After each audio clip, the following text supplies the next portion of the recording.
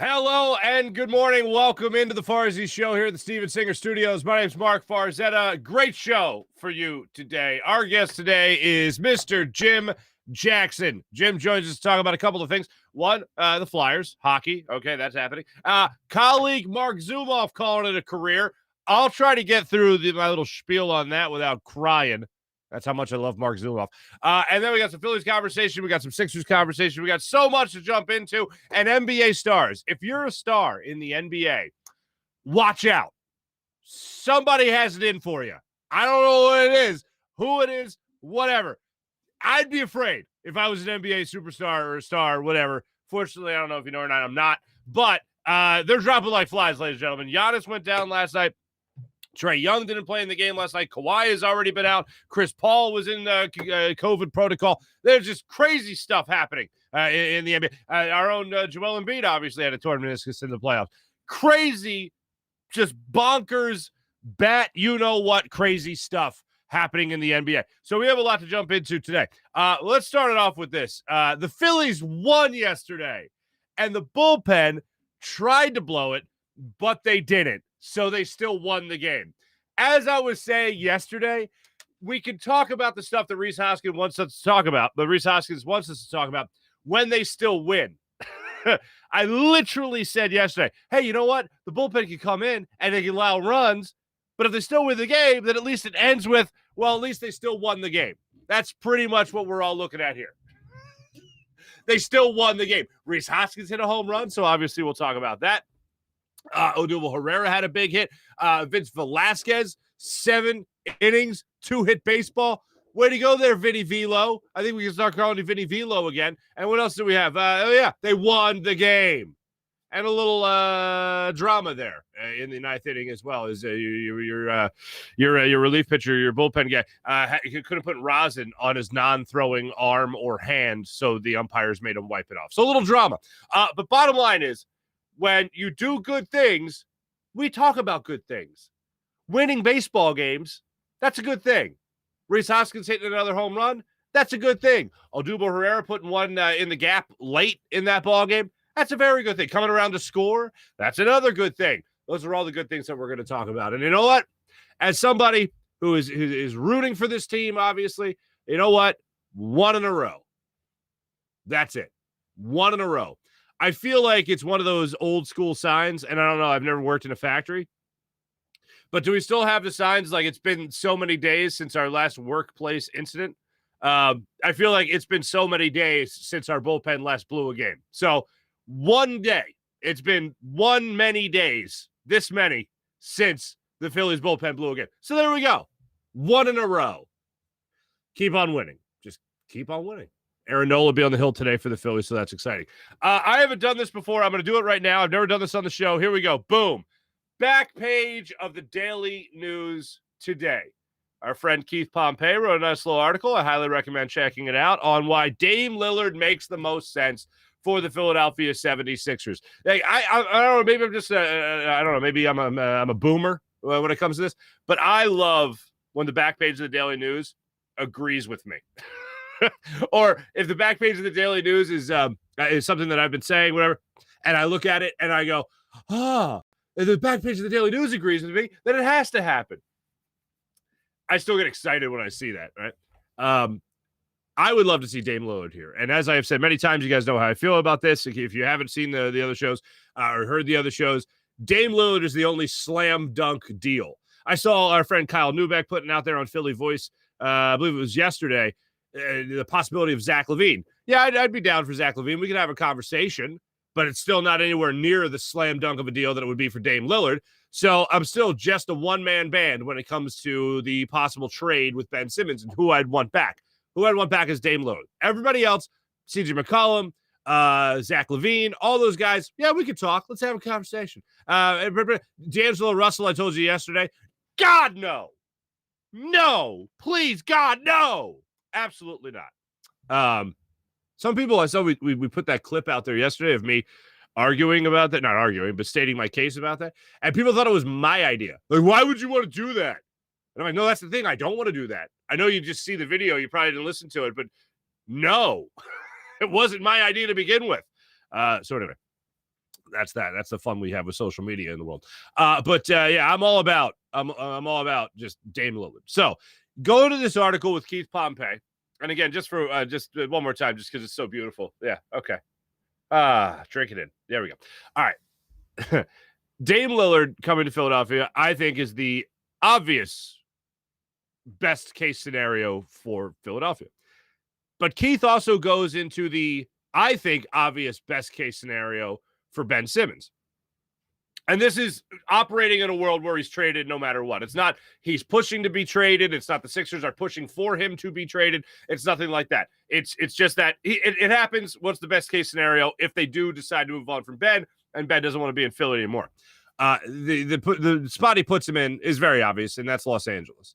It puts him with LeBron James. That's been the narrative since the season ended, that he would want to go and play with his friend, as Keith calls him, and as we all know, his mentor, LeBron James. And he would go out there with Anthony Davis. He'd go out there with LeBron, and he'd basically take over the franchise in the next couple of years. And maybe it is at a point, and this is why I wanted to have this conversation with Hugh Douglas yesterday, about an athlete's mentality. Pretty much, are you born with that fight in you that you're going to be the best possible player you can be, regardless of your detriments, regardless of your faults? Or are you going to be somebody that's going to work your ass off to be the best possible player that you can be? And unfortunately, according to Hugh, and I see this, and I know a lot of other people see this, you see a quote-unquote pattern of laziness with Ben Simmons, where if he is working as hard as we think he works or thought he works, you would see improvement, right? A professional athlete putting in work, putting in time, surrounded by some pretty great coaches. Got Sam Cassell this year, for instance, and he can't take that step forward in his career. In fact, there's a regression. I was having this conversation with my buddy who I actually went to Game 7 with. And we were talking about how you could justify the obvious here with Ben Simmons, the volume of shots going down, shot volume going down, because the roster has had so much turnover and you've added shooters to the roster. You could justify that because obviously if you're adding those guys, Ben is not going to shoot as much. However, if those guys are not here, then he's going to shoot a little bit more. But it's not just the numbers for the shot volume that have gone down. It's the field goal percentage. It's the obviously the foul shooting percentage, free throw percentage that went down drastically in the playoffs. Every year he's had almost like a 1 or 2 point uptick in free throw percentage. But man, in this past playoff, as we know, that just tanked. That 30, 35% just god awful. So is he going to improve on that? Is it a coach that can get through to him and bring that out of him, that better version of Ben Simmons, that better free throw shooter, that better shooter overall, that better finisher at the rim? Is it a coach, or is it maybe the only thing, maybe the only person that he'll listen to outside of Ben Simmons himself in his own head? Maybe it's LeBron. Maybe a 36, 37-year-old LeBron James is going to go out there, or he's going to go out to him in Los Angeles, and LeBron's going to be like, dude, I'm done in a year or two. You got to take the torch here. You got to take the baton, and you got to carry that for me. Come on, little brother. Come on. What do you call him? Prince? Come on, the Prince. Let's do that. Nothing will piss me off more. I like sometimes in this mindset, I like foreseeing horrible disappointment when it's at the benefit of somebody else. I would, God, it would piss me off so much if Ben Simmons went out to Los Angeles and became a mid-range shooter and a 75, 80% free throw shooter. That would just make me go bonkers. But that's probably what's going to end up happening. But if Ben stays, and I still, as I said, would rather him stay than maybe any other deal other than Dame Lillard, because I want to just give it a shot. We've been through a lot here in Philadelphia. I would hate to just turn that over for the sake of turning it over. Now, CJ McCollum is interesting because he's probably the best outside shooter that would be available outside of Dame Lillard. This is Zach LaVine is more of a slasher. He's got room to grow on the outside. But I would hate to just pass up on Ben when, and I've said this before, I feel like he is that mid-range game foul shot away from being an MVP candidate. Like how amazingly close is that? Like, you just have to do the most basic thing in the game, and you could be an MVP candidate. Not the one guy that got the 4th or 6th place vote, whatever the hell it was. But legit, like, oh my God, Ben Simmons, you see him? He's scoring 20 points per game, 22 points per game. His defense is incredible. He's going to be Defensive Player of the Year. Like, all that. Just not that close. And, oh no, we got rid of him for D'Angelo Russell. Ugh. Even CJ McCollum, even Zach LaVine, even Dame Lillard, considering the age difference when you think about that. But if that's on the table, if he really is pissed off in Portland, then let's make that deal. Let's party. Sounds like one of those Casey Kasem old letters. All right, pissed off in Portland, Dame Lillard. Anyway, let's talk some Phillies baseball real quick before we talk to Mark Jackson.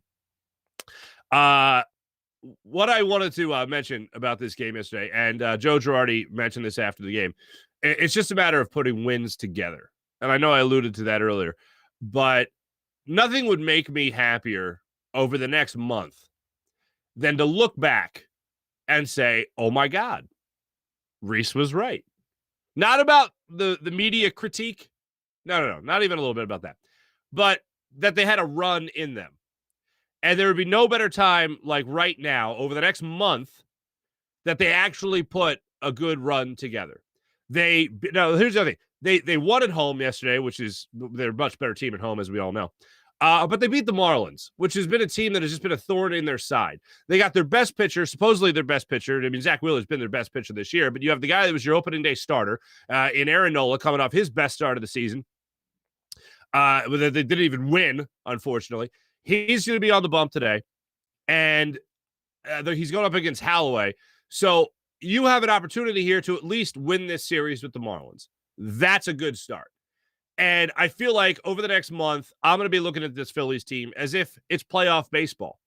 Because as I've been saying throughout the week, this is a team that needs to be able to put those types of wins together before the Eagles get into full swing. Grab some interest, grab some momentum, carry that over the next month, carry that into when the Eagles are in training camp, and that way you're competing for eyeballs a little bit and interest and emotions of the fan base. So for me, the next month of the season for the Phillies is like playoff baseball to me. And hopefully they get actually into playoff baseball and not it feeling like playoff baseball. That's how I'll be looking at it. All right. I love Marc Zumoff. And I was shocked yesterday when the news came up. And like everybody else, I found out on Twitter. I know somebody that's close with me and close with Mark. And when they told, I called them immediately. And I was worried because of the world that we live in. I was worried it was a cutback. And I was worried like, oh my God, don't you dare tell me that they're forcing out Marc Zumoff, the great Marc Zumoff. And this person was like, nope, 100% Mark's decision. Mark has known about this for months. My friend knew about it for months, and he just couldn't tell me it was a business thing. And I was like, well, damn. Good for him. Man going out on his own terms after a phenomenal career. 40 years in broadcasting. 27, obviously, is your play-by-play voice on TV for the Philadelphia 76ers. Mark is the exact person that you would want to call games. Mark is the guy that was plucked out of the stands, was a fan of this team since he was a little kid, and his note to Philadelphia and his note as to why he's retiring. You know, it was 8 years old when his father took him to a game to see the former Syracuse Nationals and now Philadelphia 76ers play basketball, and he talked about how there was the cigar and cigarette smoke looming over the arena. Wow, what a time. But he's a fan that got to live every play for the last 27 years. And if you know him, if you've gotten a chance to talk to him, and I know a lot of you have because he's just that personable. And even in his letter, he said, if you see me on the street, make sure you say hi because I want to talk some Sixers basketball with you, and I want to relive the memories and all that.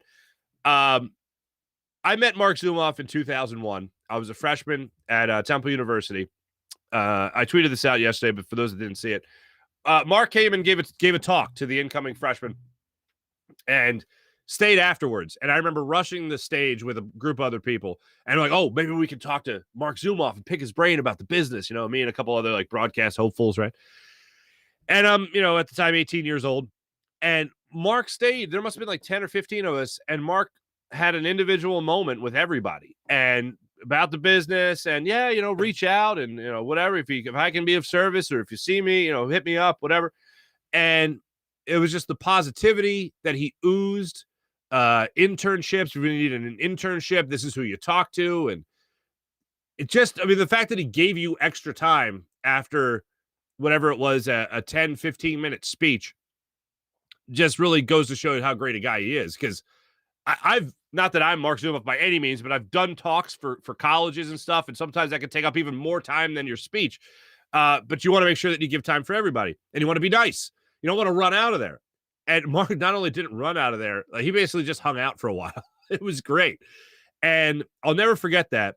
And then years later, when I got into the business and started to get to know him, and like he was always that guy. He is always that guy, just gracious with his time, unbelievably kind. And I know of someone in the business that is a close friend of mine who has gone through a lot of health issues. And Marc is the type of guy that will call that person just to check in. They're not the best of friends. They didn't necessarily grow up together. They're just in the business. They know each other. And he's that nice a guy that will call and check on that person just to see how they're doing. When I got let go from the Fanatic, one of the first people that called me was Marc Zumoff. And as I've joked about on the show, when I had Marc on, all this is his fault. Because I was seriously contemplating just moving to Italy. I swear to God, buying a pizza shop, paying locals to run it, and then that would be my life. That'd be what I do. My wife can work remotely, so yeah, let's party. That's what I would do. And Marc was like, you know what? Marc Zumoff was like, you have a following here in Philly. Don't abandon that following. If you still love what this is, then keep doing it. And of course I did. Of course I do. And that's why I'm here. But Marc was like, yeah, man, don't do that. Don't abandon your following. And then I read the part of his letter where he said he's in the fourth quarter of his life and how he wants to learn an instrument, how he wants to learn a foreign language and wants to travel. And I was like, that bastard, he's totally going to buy my pizza shop in Italy, and he's going to live there, and he's going to live my dream. But as a play-by-play guy, we all know how great he is. We all know that when a shot goes up in a crucial point in a Sixers game, we're all sitting on the edge of our seats waiting for yes. We're all waiting for that scream, that high energy scream from Marc Zumoff. We're all on the edge of our seats when we hear coming in for a landing. We're celebrating when we hear that the 76ers have locked all windows and doors. Anytime you hear a putback, tell me you don't think garbage into gold. We've been so unbelievably blessed in this city with Harry Callis and Merrill Reese and Jim Jackson and just these phenomenal broadcasters that we have relaying the plays to us in their interpretation. And Marc Zumoff is not going to be the guy doing that anymore. And from a personal standpoint, from a fan standpoint, that really does make me sad. I'm happy for him that he's doing what he wants to do. But man, it feels like a total bummer. It really does. But I mean, that's how, everyone should be able to go out. And you know what? I've had enough. This is it for me. Thanks for the memories. I'll see you around Philadelphia. And I couldn't be happier for my friend when it comes to him getting to do exactly what he wants to do right now. And basically just being able to enjoy a life that he has built one hell of a foundation for when it comes to enjoying retirement. And I know that's not the last we'll hear from him. I know it's not the last we'll see him. But in terms of that capacity of having him call those plays and relay what's happening on the court to us is nothing short of spectacular. And I will miss it greatly. So Marc Zumoff, here's to you, my friend. You know what? We're going to tell you about another friend of mine, Steven Singer of Steven Singer Jewelers. Ladies and gentlemen, a lot of people, they always feel pressure when it comes to getting engaged, and I can understand why. It's a big decision, first and foremost. You're going to spend the rest of your life with. But also, the diamond ring, proposing. That could be a lot of pressure as well. Oh, I don't know where I'm going to buy it. I don't know how I'm going to go to. I don't know if I can afford it. Am I getting something that's good quality? Well, take all that, put it in a ball, throw it out the window. You know why? Because Steven Singer alleviates all that pressure. Go to Steven Singer Jewelers, the other corner of 8th and Walnut, or IHateStevenSinger.com, because Steven has real jewelry experts standing by to walk you through everything to make you feel comfortable. That's how great Steven Singer is. So for over 40 years now, he's been taking care of people in the Delaware Valley with diamond ring engagement rings. He's been taking care of people with fine jewelry purchases as well. And here's the best part. You don't have to worry about haggling. You don't have to worry about any type of pressure. You don't have to worry about if you're getting the best deal, because every single day at Steven Singer Jewelers, everything's set at the perfect price. All day, every day, 365 days a year. Every day, the perfect price at Steven Singer Jewelers. So you don't have to worry about going in there and negotiating. You just go in there worrying about what you want to buy, and you got real jewelry experts standing by to help you with that decision. Go to Steven Singer Jewelers at the other corner of 8th and Walnut, or simply make an appointment on IHateStevenSinger.com, peruse the inventory, and when you go in, they'll make you feel like $1 million damn dollars, without having to spend $1 million damn dollars. So that's what you got to do. Steven Singer Jewelers. Go to IHateStevenSinger.com, the other corner of 8th and Walnut. Every day, the perfect price at Steven Singer Jewelers. Without further ado, speaking of great broadcasters, we cover the whole gambit here. Jim Jackson and I. We talk Flyers, we talk Sixers, we talk Phillies, we talk Eagles, everything. And, of course, we talk about the great Marc Zumoff himself. Without further ado, let's jump on the Zatos Investments guest line and talk to Jim Jackson.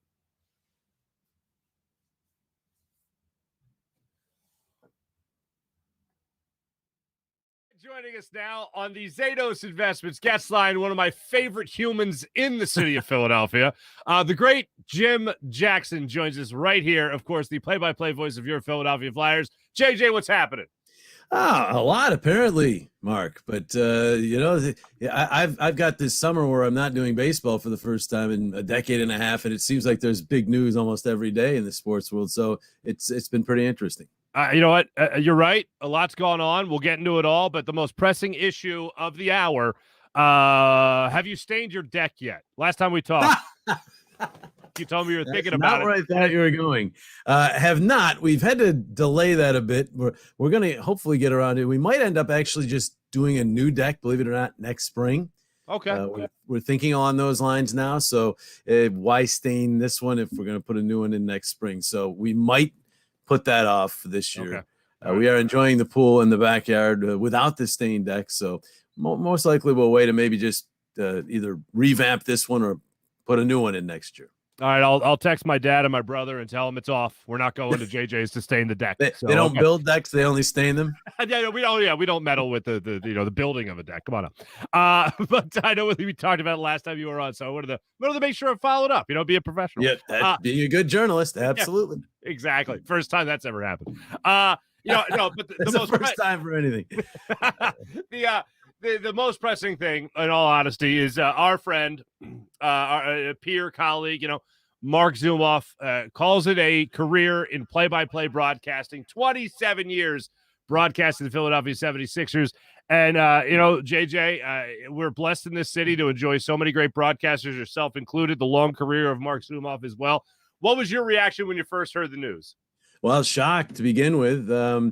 I don't say that I talk to Zoo every day or even every week, but I've chatted with him a couple times over the last month or two and never got any indication that he was nearing this kind of decision, which I understand he had made, days and weeks ago. It wasn't like he woke up today and said, I'm going to retire. So that was the first thing, shock. And then the second thing is, wow, what a great run he's had and what a neat way to go out. I think as broadcasters, play-by-play, at least broadcasters, we all have this fear of hanging on too long. We've seen some broadcasters do it. There's only a couple Vin Scullys who can be really, really good into their 80s, and we've seen some broadcasters who hang on and then you hear the rumblings behind them. And I certainly don't want that to happen to me. And Zoo, there's been no slippage in his work at all. He's going out on top. And he's going out at an age where he can still get a lot done in his life. So my instant reaction is, boy, I'm going to miss hearing him call it. Boy, I'm shocked. But my very quick second reaction is, he's doing it right. He's getting out at an age where he can get a lot done, and he's never going to have to worry about those rumblings behind him because he's still at the very top of his profession as he leaves. Yeah, he doesn't. He won't have to ever hear. You know who should retire? That Marc Zumoff. He's calling guys by the wrong name. Never going to hear that, and nor would we, because you're right, on top of his game and always on top of the call. That's for sure. One other thing, Zoo, that I would say about Zoo is when he said 27 years, that rings a bell because I've had 27 years with the Flyers, 27 seasons with the Flyers. We had 1 year where we didn't play hockey, so I've actually been here 28 years. So we are, we basically started at the same time, and so he's always been the Sixers TV guy since I got here, and it's maybe a little bit of a wow. Maybe I'm not that far away from it myself, so it is a bit of a wake up call that way too. I said to my wife, this kind of means I'm not really far from that either, and I haven't really thought along those lines. I mean, I don't think about retiring any time in the next year or two, but things happen. We didn't expect a pandemic. It changed a lot of things for a lot of people too, and the business is changing, and so who knows? My plan is, and I'm a little younger than Zoo, and my plan is to basically go to about the age he's gone at least, which is about 8 years from now. But you just don't know. I mean, time flies. You don't realize it. I also realized at the same moment that I have been here in Philadelphia almost now as long as I was in my hometown growing up and working there, which would be 30 years. So it's like I've almost been here half my life. It seems like I just got here. So it did give me a little bit of a time warp thing too, because it doesn't seem like I started here that long ago. And yet that's right when pretty much Zoo started too, and he's retiring. So it's a bit of a wake up call that way too. Well, I will say, because now Zoo has retired, you can't retire for like another at least 10 to 15 years. Like we can't do as a city. We can't handle that. So close together, my friend. Yeah, well, Merle Reese puts us all to shame in terms of length of service. So maybe if I shoot for Merle, I'll be here for a long time. How's that? Easy enough. I do want to ask you this question. I got to ask you a hockey question here. Dave Haxtell gets the Kraken gig. Your reaction to Dave Haxtell getting another head coaching gig in the NHL? This is not meant as a slight at Dave Haxtell because I have higher opinion of him than I think a lot of people in the area do. He didn't win a playoff series here, so the fans aren't necessarily enamored with the job that he did. But I was surprised because there are so many coaches out there right now. There's Bruce Boudreau. There's Babcock. I can go down a list of guys who have more experience as a head coach than Hack at the NHL level, at least. And I thought they might go with a bigger name. But good for Hack. I mean, Hack is a guy, he's a very good human being. I don't think Philadelphia really got to see the true Dave Haxtell in terms of his personality much of the time. I think Mike Sealski did a story on him late in his tenure in Philadelphia. He got to see some of that. He's really an interesting guy. He's got a really good, dry sense of humor. And my son at the time was playing in high school, playing hockey and looking to figure out the college route or the U.S. junior route. Now he was very helpful, had conversations with my son. He's just a good man. And I think he's a good coach too. The time here in Philly, I mean, he did get them to the playoffs twice. Never could get them to another level, but I don't know as if you put that all on the coach. I saw a recent headline. Now he gets a chance to show he wasn't the problem in Philadelphia. It's not quite that simple. It really isn't. I mean, obviously Gabe Kapler's kind of doing that, I suppose, but it's rare where a guy goes from one market to the other and all of a sudden it just takes off. And I will say this, in the NHL, a lot of examples of coaches who in their second go around do really well. Craig Berube, as a for instance. There's Mike Babcock, went from Anaheim where he improved that team, but he went to Detroit where he took them to win it all. There's a whole bunch of them in their second stop on their NHL journey where they really seemed to learn a lot of lessons from their first time and did a lot better. So we'll see if he does that. Expansion team's a little different. He's got high standards now to shoot for because Vegas has been so good right out of the blocks. That's going to be tough to duplicate. We'll see how he does in Seattle, where I'm really looking forward to seeing that work. I mean, great city, and it's got a great hockey history. I think it's going to be a great situation. I just don't know if they're going to be quite as successful as Vegas was right out of the box. Yeah, it makes me jump. What jumps to mind? Who jumps to mind is Terry Francona, Andy Reid to an extent, and obviously you hit the nail right on the head. Craig Berube in hockey as well. Yeah, Andy Reid. I can't say that like his Philadelphia time was a primer for his Kansas City time because he was here a long time. A lot of the ones I was talking about where they had short stints, 2 or 3 years, and then went somewhere and ended up there a long time, including a lot of success. And Andy's gone and had a long run in Kansas City and success too, but he was here. It's not like he just used this as a springboard to Kansas City. He was here a long time, won a lot of football games, just didn't get all the way to the end. And so once he did that in Kansas City, I guess it's easy to say that he learned something, and maybe he did. Berube is a very good example of that for sure. And Francona is a good example because he was considered, I remember, a terrible manager here in Philadelphia. And then he goes to Boston, and all of a sudden he's a great manager, and on to Cleveland, where he's been a very good manager as well. So quite interesting how that works with these managers or coaches. And, let's keep it in baseball here because we're just going crazy. I'm trying to think of. The Flyers obviously went through a big stretch, as you well know, where they were looking for that goaltender, right? That consistent goaltender, the young up-and-comer, the next Ron Hextall, the next Bernie Perron, obviously. And hopefully we still have that in Carter Hart as he continues to grow in his NHL career. Right along the same lines in terms of not being able to get it right, maybe only once in the recent memory here, is the Phillies in a bullpen. I don't know if it's Joe Girardi. I don't know if it's just the talent in there, but it seems like the biggest ongoing problem in Philadelphia sports. What do you make of this Phillies bullpen this season? It's amazing to me, Farzy, because I was with the team last year and I saw a historically bad bullpen, but it wasn't one bullpen. If you remember, they transformed the bullpen in midseason with all those trades and got guys who had some pretty good track records in here, and they completely bombed. So then you think, okay, they just got the wrong guys. And the year before that, by the way, not a good bullpen either, but it was Gabe Kapler wasn't managing it well. That was the theory, right? So they've gone through these bad bullpens year after year. This year, I got to say, when Dombrowski went out and got these guys were all guys that had at least at some point in their career been a dominant reliever. At least for 1 year, they've been dominant, and several years pretty good. And you knew not all of them were going to stick. And Watson, for instance, I thought was going to make the team and be one of the key parts. He didn't make the team, but they got all these other guys, Archie Bradley, Alvarado, they bring them in. And it looked to me like they did a good job with it. I said, if Hector can be okay, I knew Brogdon really had potential. And then you add some of these veterans, 2 or 3 of them stick as guys who can pitch either the 6th, 7th, or maybe one of them becomes the closer, Alvarado, maybe becomes the closer, whatever.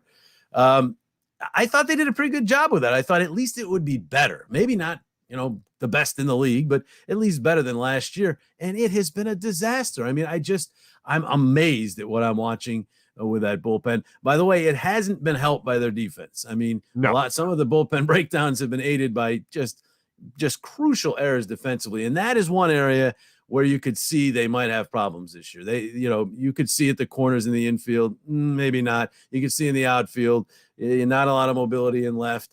Bryce is kind of hit or miss. 1 year he's great in the outfield, the other year not so great. If I had known Odubel was going to be the center fielder at the beginning of the year, I would have been worrying about that too. So you don't see, you could see, I didn't see the bullpen being this bad. I did see problems with the defense, and they're kind of both coming together to sabotage the season.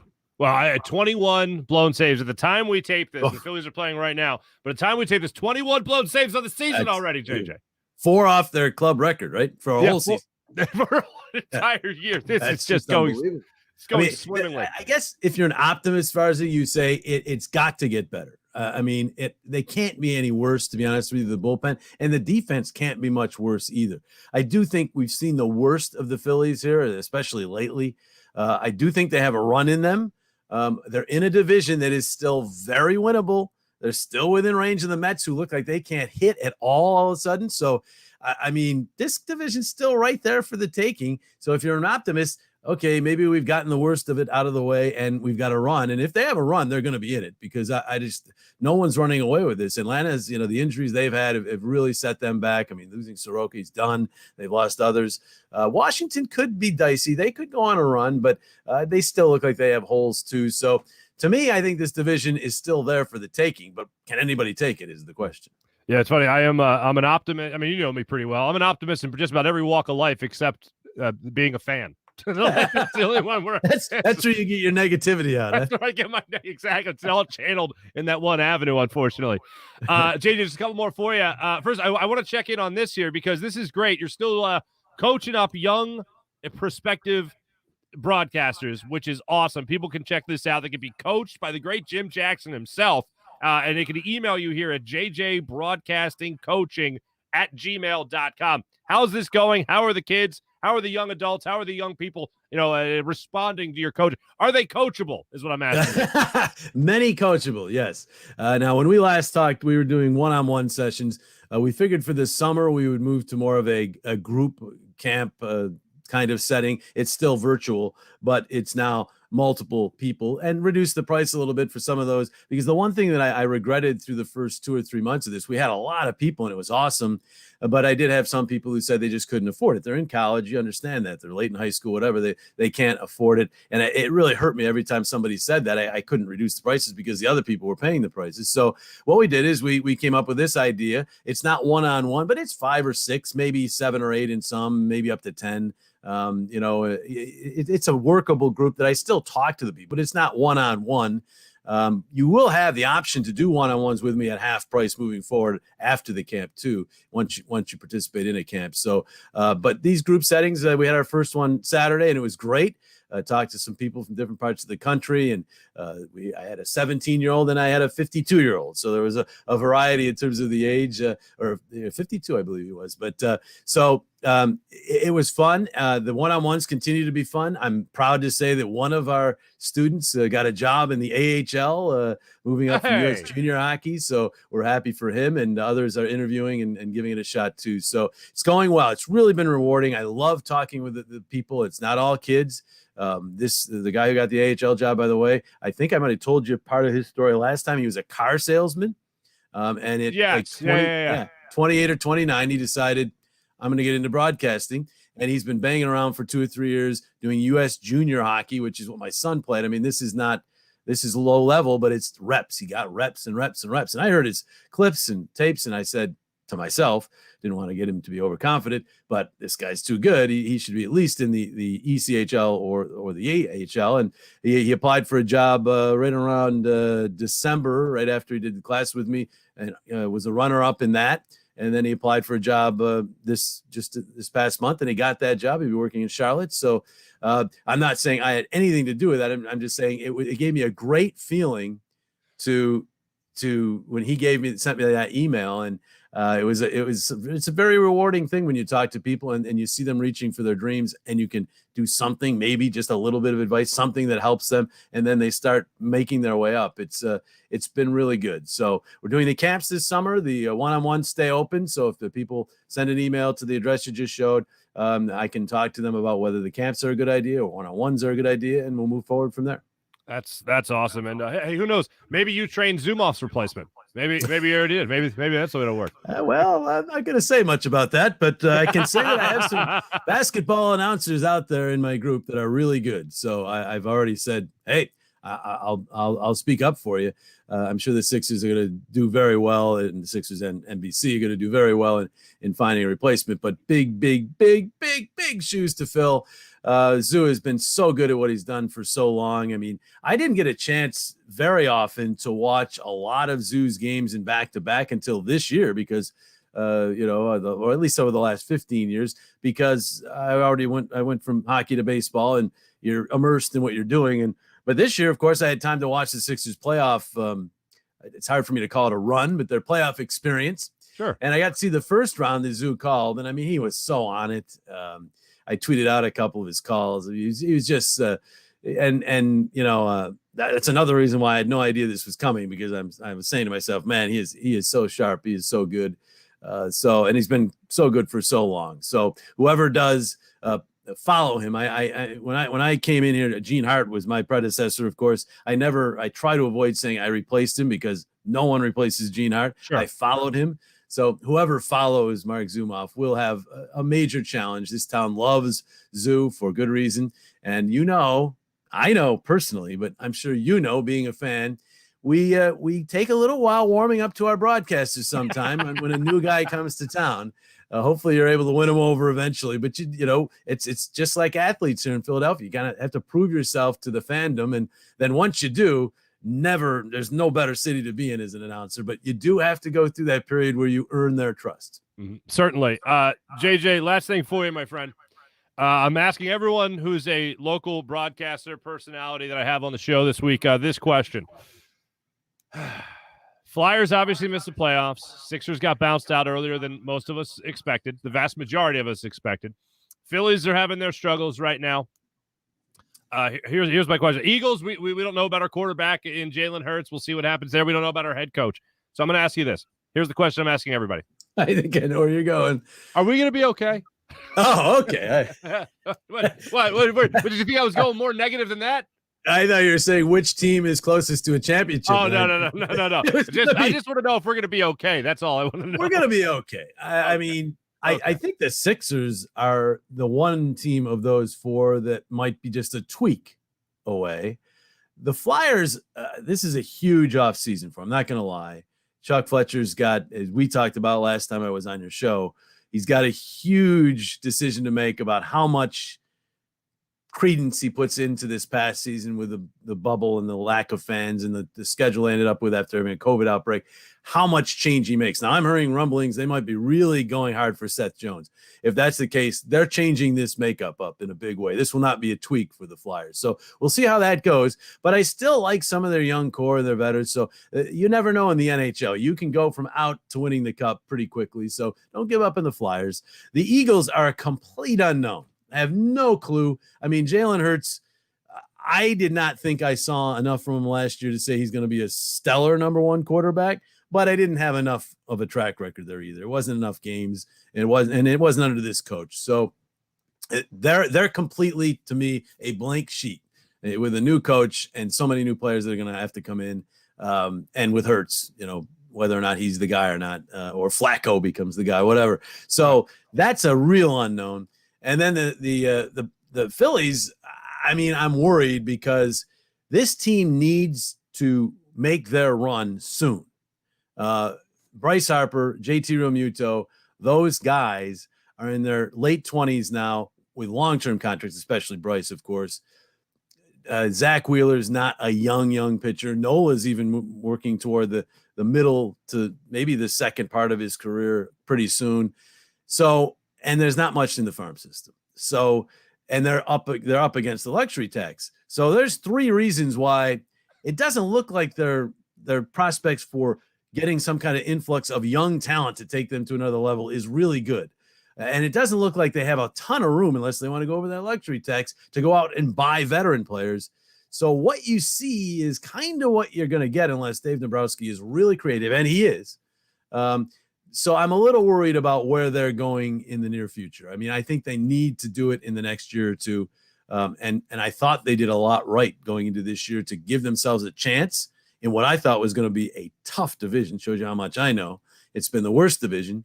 And so because of that, they still have a chance. And once you get in, even in baseball now, Mark, in any sport, once you get in, you just do not know what might happen. Look at the Montreal Canadiens. So sure. You just don't know. So if they can somehow get in this year, who knows? With Nolan Wheeler maybe getting hot and maybe Eflin's able to come in a short series, you don't need as much depth in pitching. Who knows? But I think they need to do it pretty fast because the farm system, unless they can somehow reconstruct it in a year or two, and it usually takes a good 5, just doesn't have a lot there to help fortify any kind of move in the future. So, we'll be okay, but I'm a little worried about the baseball team. Don't know about the football team. Sixers are probably pretty close, and I don't think the Flyers are as far away as people think. All right. I'll keep my fingers crossed for that, my friend. But here's what I know will be okay, the future of broadcasting in Philadelphia because of the great Jim Jackson right here. Once again, jjbroadcastingcoaching.com. You can check him out right there. Hit him up for some of these classes. He does a great job. And as he just said, the kids are getting jobs already. People are getting jobs already here. So it's I don't want to overpromise. I'm not an agent, but and I'll make calls for kids and all that. But I'm not an agent. But it is heartwarming to see because the one thing that I try to teach in these classes, and you I'm sure heard this is you went to did you not go to the play-by-play broadcast camps? Did you? I did not. I just went to just Temple University. That's it. Temple University. That was for me. In your formative years, I'm sure you heard, if you have a dream, if you have a passion, if you find something that you have a passion for and you can monetize it, you can make enough money to survive, you're going to be in a good place professionally in your life. And most of the people who partake in these camps really have that passion for broadcasting. And so that's contagious to me. I then have passion for them. And to see one of them make a big move up to the AHL, one step below the NHL, is very gratifying. And I hope to see others make that same kind of jump maybe soon. So that has been gratifying, and we hope to continue that. You just reminded me, my dad would always tell me, if this doesn't, if you don't go into broadcasting, you could always do landscaping for cousin Dominic. So but fortunately I never had to call cousin Dominic. Yeah, you can do landscaping, but you won't build decks. You'll only stay in them. So you know what? Know your limitations. That's what I always say. The great stay in your lane. Stay in your lane, Farzy. That's a good thing. Exactly. The great Jim Jackson. Thank you so much for joining us, man. Much appreciate. Great catching up with you.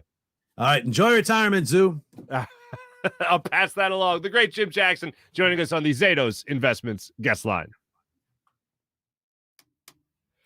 The great Jim Jackson joining us there on the Zatos Investments guest line. And as per usual, our chat is fire. And Dan Schwartz has coined a new term, chatsman. Do we need to say chats person sometimes? But chatsman, does it go to all? It applies all. Anyway, my thanks to Jim. Here's the thing with Zoo and Jim Jackson. Yes, wildly talented human beings when it comes to their craft, but also just, God, the nicest human beings you could ever come across. I'll tell you this quick story about Jim Jackson. I barely knew JJ. I was a promotions director at WIP, and I barely knew him. I met him a couple of times. He worked at WIP when I was just starting there. It was the year of the lockout, the NHL's first lockout. Okay, what the hell was that? 05. And he was doing shifts there. I met him there briefly. Nice guy, a few exchanges, whatever. Saw him occasionally after that for a couple of years. And then my buddy was getting married to a girl from Pittsburgh. And my buddy Joe is the biggest Flyers fan still to this day that I've ever met. And I asked JJ, I said, hey, would you mind, as a surprise to my buddy, if I write a script for their intro, please welcome Mr. and Mrs., if I write that script, would you read it? And I'll make it like 30 seconds. Would you mind reading it? And then I'll play it at the wedding. And he was like, absolutely, Mark, no problem. And I was like, no way, this is incredible. And JJ read it, crushed it, absolutely crushed it. And all the Pittsburgh fans was like, was that your announcer? No, the Flyers suck, whatever. But no, JJ crushed it. My buddy, when they opened the doors and my buddy and his new wife walked out, like my boy was in tears. And first, though, just because he couldn't believe that I had done that. And then he also couldn't believe that Jim Jackson just introed him for his wedding. And when I say JJ nailed it, JJ nailed it. Anyway, so that's just how great Jim Jackson is, by the way. He's just that great a guy. Love that guy. Let me tell you about some other things I love. You know what I love? Love DraftKings. I do. DraftKings Sportsbook, America's top-rated sportsbook app. Download the DraftKings Sportsbook app. Use promo code Farzy. That's promo code Farzy. And you could get in on some great action. They got great odds with baseball. They got hockey odds and promotion stuff going on right there. And, of course, things going on right now in basketball, like this bet that they have right now. You could bet $1 on a basketball team of your choice still in contention to win. And if they do, you get $100 in site credits. It's just that simple. Download the DraftKings Sportsbook app right now and use promo code Farzy. That's promo code Farzy to turn $1 into $100 in free site credits. Bet on the basketball team of your choice to win. And if they do win their next game, you'll win $100 in free site credits. Use promo code Farzy for a limited time only at DraftKings Sportsbook. Must be 21 or older. Present in Pennsylvania. New customers only. Wager paid out in site credits. Restrictions apply in partnership with Meadows Racetrack and Casino. See DraftKings.com/sportsbook for details. Gambling problem? Call 1-800-GAMBLER. What's today? Today's Wednesday. Friday. You know where I hope to be having lunch? Steak and Maine. Steakandmaine.com, ladies and gentlemen. The heart of Northeast Maryland. A 2-pound tomahawk steak. Yes, please, and thank you. All right? That's what you got to get when you go to Steak and Maine. They got sushi. They got the delicious prime quality meats. Fresh seafood as well. Maybe this time around I'll go for a fish dinner.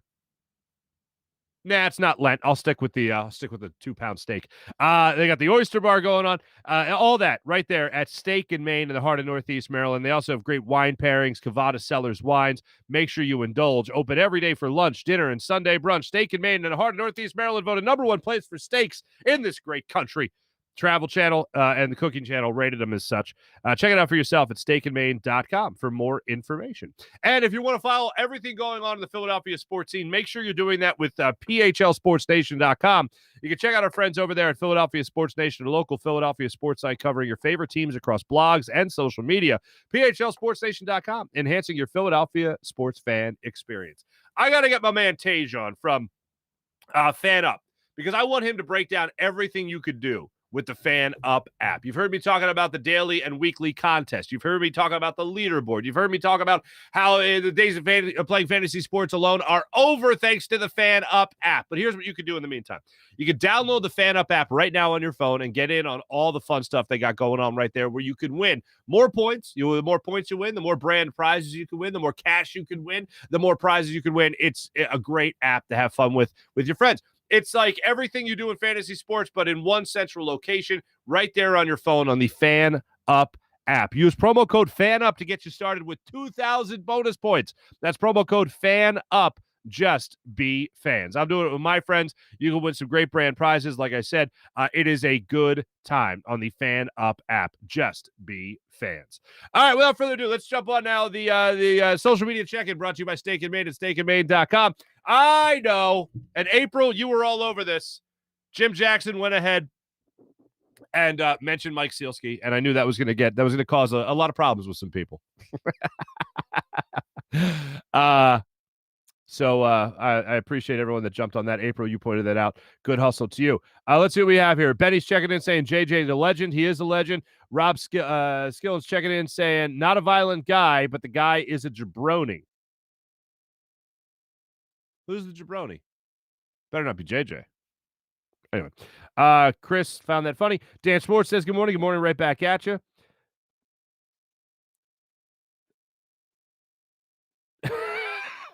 All right, we're all learning about chats, Dan, as well. Dan's tried to list some people here, and it didn't come out in list format. Mike Casey coming in for a landing. Rob's checking in. Zoo is the GOAT. Absolutely. Dan's back saying everything's nuts. That's per usual. LeBron also said that, Mike. Yes, he did about the Ben Simmons character. Tom McGinnis, Dan. Yes, Tom McGinnis and Tim Saunders are phenomenal. I get 1,000 stories about Tim Saunders. I was a radio producer for the Flyers for years when I was at WIP starting out. And Tim Saunders is one hilarious guy. Thinking of Marc Zumoff, and we all love those guys. They're awesome. What else do we have? Chris, Zoo is the man. He absolutely is.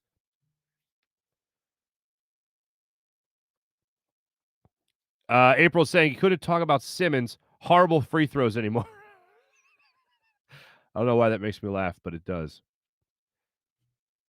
Mike, both these guys, JJ and Marc Zumoff, 1,000% genuine dudes. Mally, God, I was worried sick. Where are you? There you are, Mally. Good morning to you as well. Mally's checking in. Rick saying, oh, nothing, Mally, just Mark making us cry.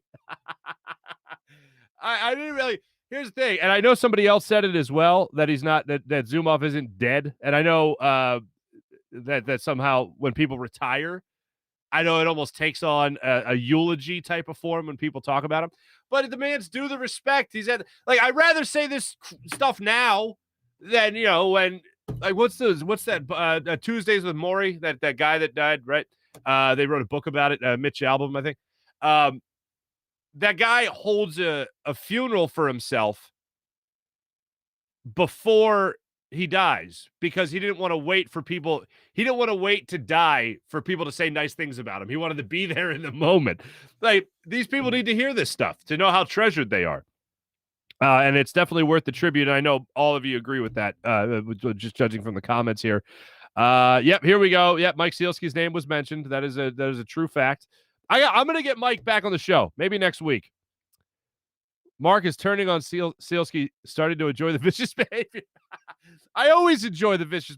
I always enjoy the drama, but not to the point where who wasn't on here? They compared me to a real world producer. Was it Pete?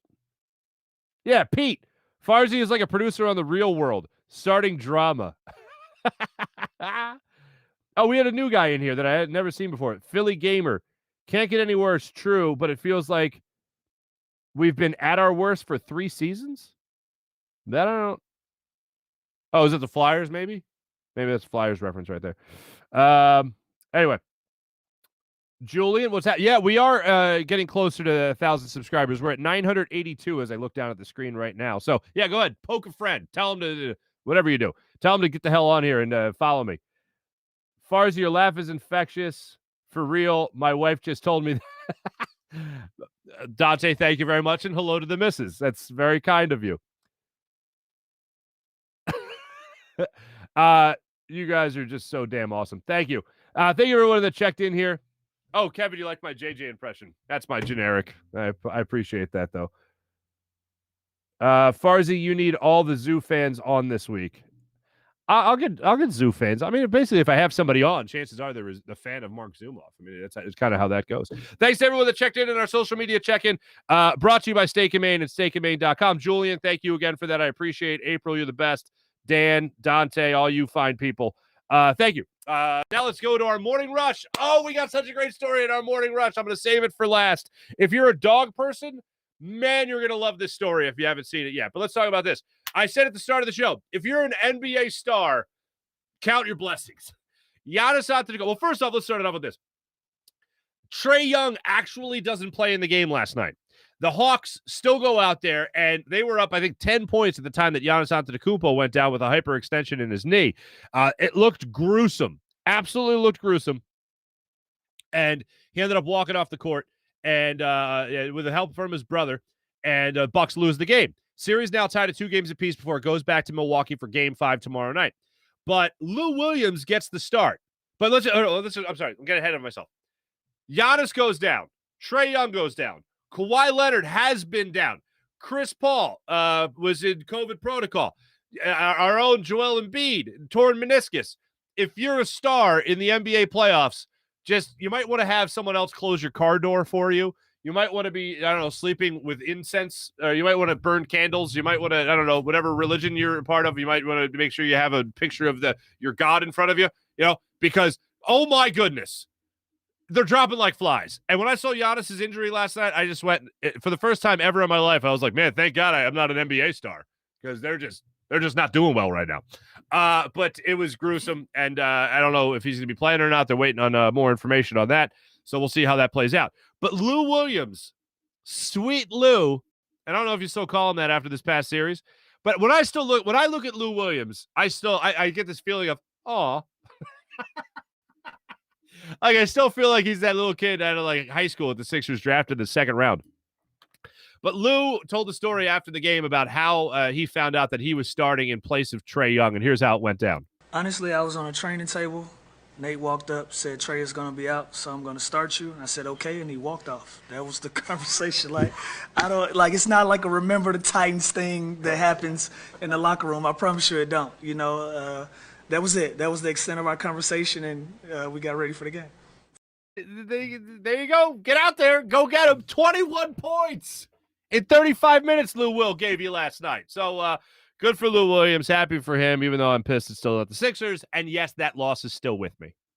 It really is. I swear, I can't remember the last time a loss stuck with me this bad. Maybe the Buccaneers NFC Championship game against the Eagles. Maybe that's when. We're talking 19 years ago. That's a spicy meatball right there, unfortunately. So that was Lou Williams postgame. There you got the Suns and the Clippers back at it tonight. Game 6 going on in Los Angeles. We'll see if that goes another 7 games. There'll be another 7-game series. No word on Kawhi Leonard. He obviously didn't travel with the team to Phoenix for Game 5. We'll see what happens tonight. Probably still not playing in the game tonight.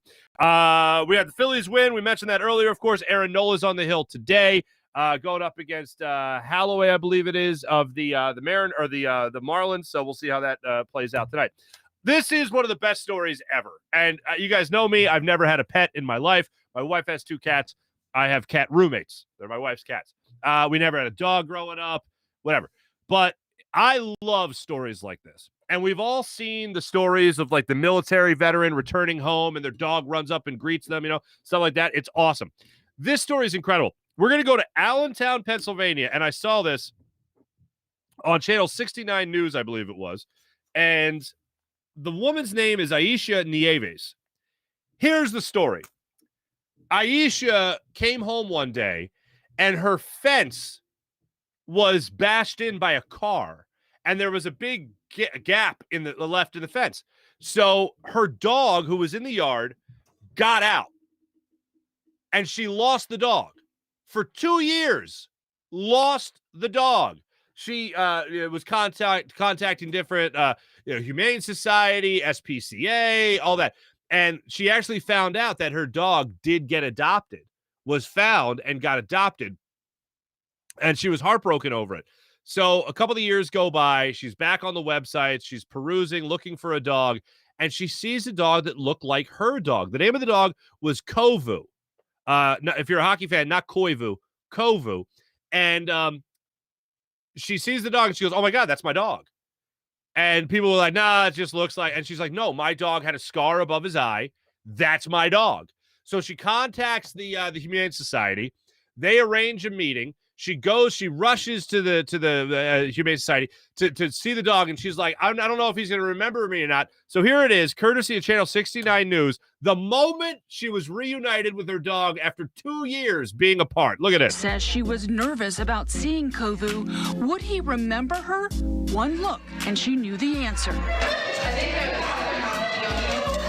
We locked eyes, and I seen his smile, and he started wagging his tail.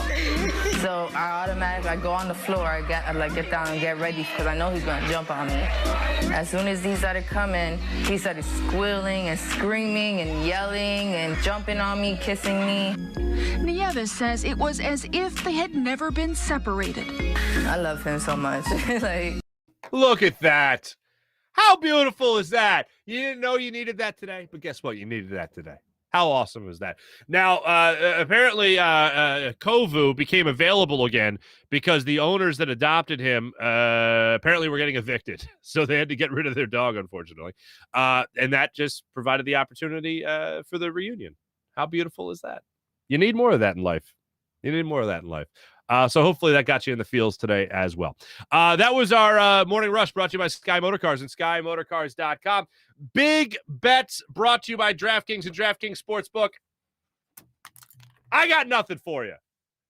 Yesterday, I said I liked Giannis, the double-double and the win. Giannis goes down, and it was, I think, 2 rebounds shy of the double-double anyway. But I'm at a loss, folks. All right? I like to win people money. And if I'm not winning people money, I try to step away, reset, and go back to it. Hopefully, Aaron Nola is red hot today. Maybe if you want to get in a little bit of betting balls and strikes, maybe Aaron Nola will be all over it tonight, and maybe he'll win you some money that way. So you can do that on DraftKings and the DraftKings Sportsbook app. My thanks to Jim Jackson for joining us on the show today. My thanks to all our commenters here in our comment section. Everyone that hit me up throughout the show, much appreciated. My thanks to Jim Hyden, who produced the program. This is a Buzz Sports and Entertainment production. Thanks for the conversation, everybody. We'll be back with you guys tomorrow for another fine program, and hopefully 2 wins in a row by the Philadelphia Phillies. Have a great rest of your day, everybody. Take it easy. Bye.